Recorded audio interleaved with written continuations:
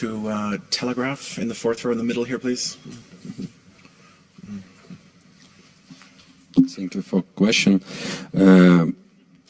The flare-up of new conflicts increases the likelihood of a global conflict between NATO and Russia.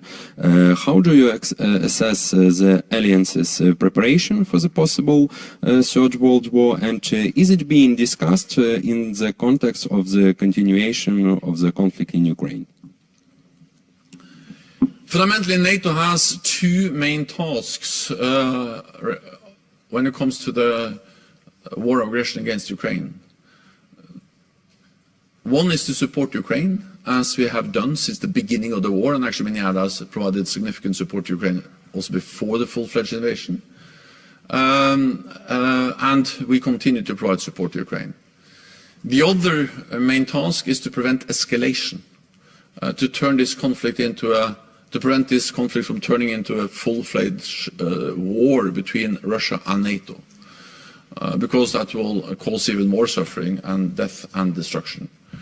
And we are preventing escalation of this war by sending a very clear message to Moscow that we are ready to defend every inch of NATO territory. And we have demonstrated that not only in words but also in deeds by increasing our military presence in the eastern part of the alliance. We have doubled the number of battle groups, we have high readiness of forces, and we also deployed more air and naval forces in the eastern part of the alliance.